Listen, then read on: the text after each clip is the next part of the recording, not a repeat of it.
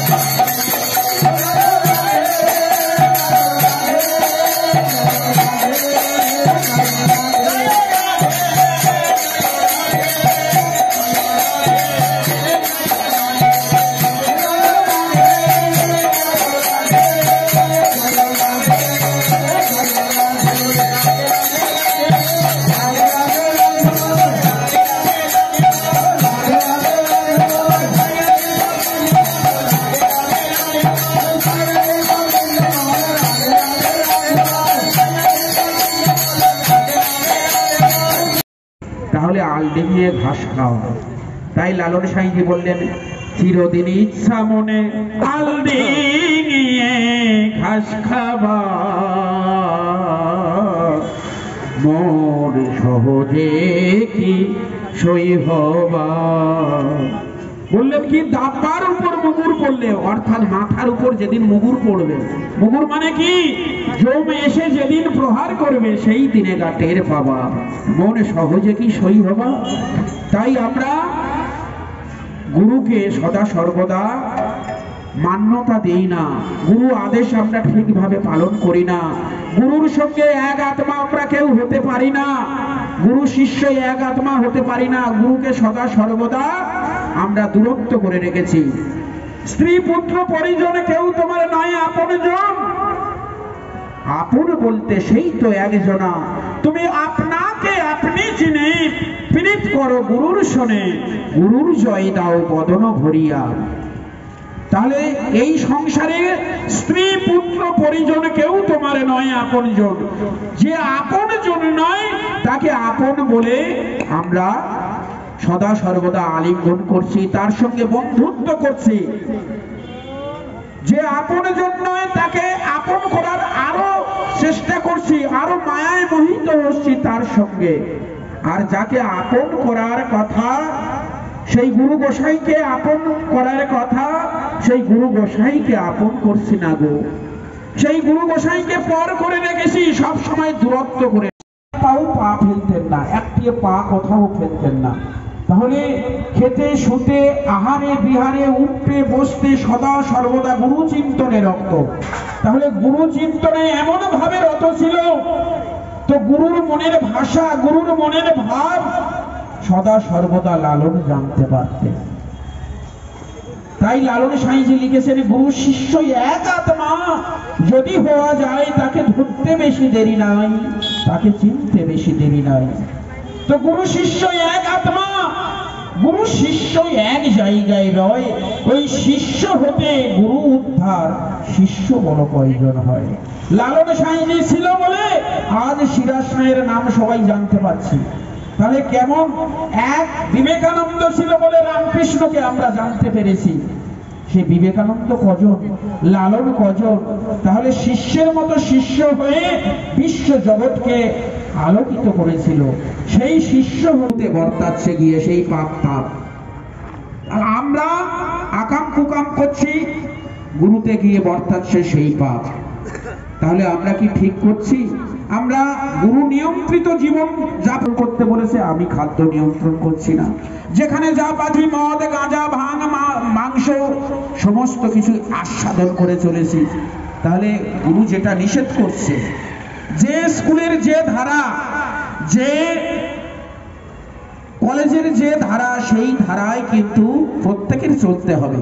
তাহলে আমি আগে বলেছি চারটি সম্প্রদায় আছে, চার সম্প্রদায়ের চার রকম ধারা, চার পন্থা আছে।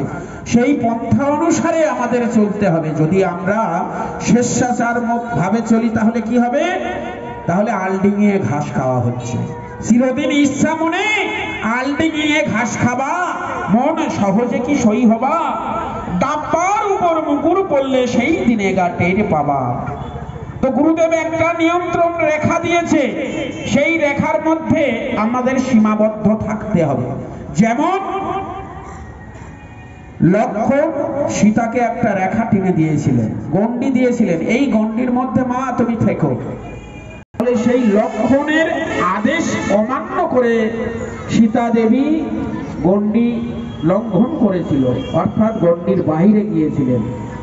তার জন্য কি ভয়ানক অবস্থা হলো, রাবণ তাকে হরণ করে নিয়ে গেলেন। শেষ পর্যন্ত সমস্ত কিছু পেয়েও লাঞ্ছনা গঞ্জনা অপবাদ সহ্য করতে পারলেন না। শেষকালে সীতা দেবীর পাতালে প্রবেশ করতে হলো। তাহলে লাস্ট পর্যন্ত কি পরিণতি, কি মৃত্যু। তাহলে আমার গুরুদেব আমাকে যে গণ্ডি দিয়েছে, সেই গণ্ডির মধ্যে আমার সীমাবদ্ধ থাকতে হবে। সেই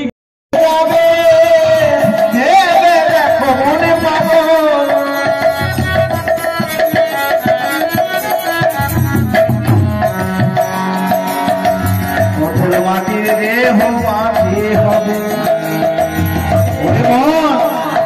বাবা একদিন আমরা থাকবো না, জগতে চিরদিন থাকার জন্য আসিনি, প্রতিকার করলেন এই সুন্দর খাঁচা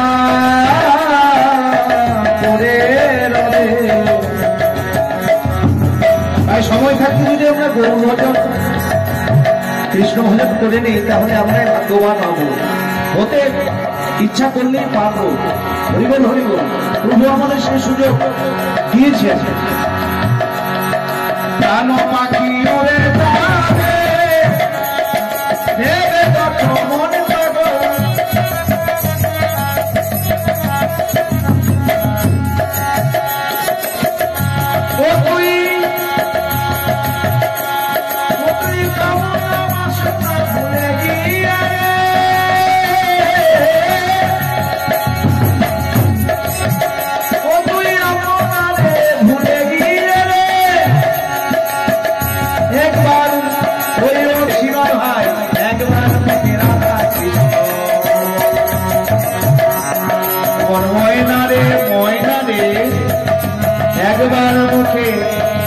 একবার মুখে রাধা কৃষ্ণ বল।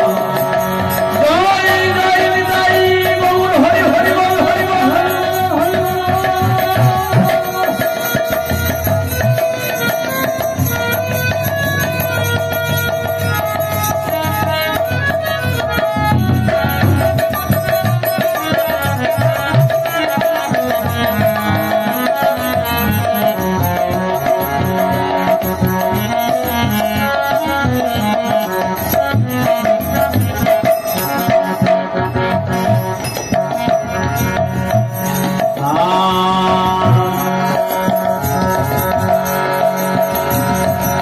মহাজন বললেন,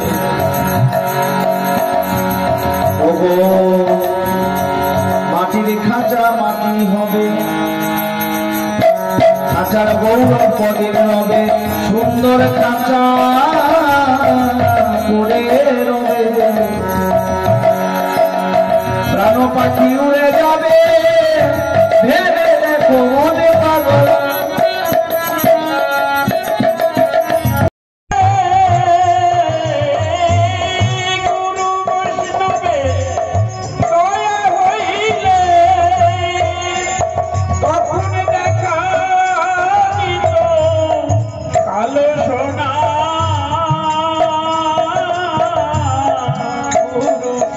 लगना